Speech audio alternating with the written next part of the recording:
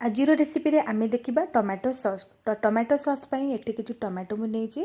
प्रथमे टोमाटो को भलो भाबरे धोई नबा आ ताकू छोट छोट करी पतला करिकि काटि नबा।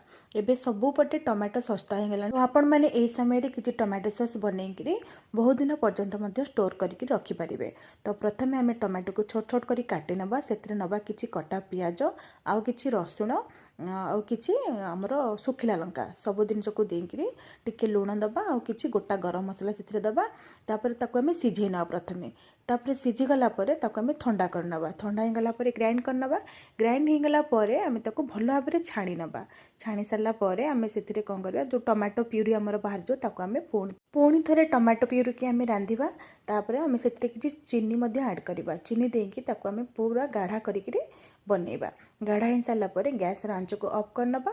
सेतिरे किछि विनेगर दबा। ठंडा हे गला परे हमर जे कोनोसी कंटेनर रे आपण माने स्टोर करिकि फ्रिज रे रखि परिबे।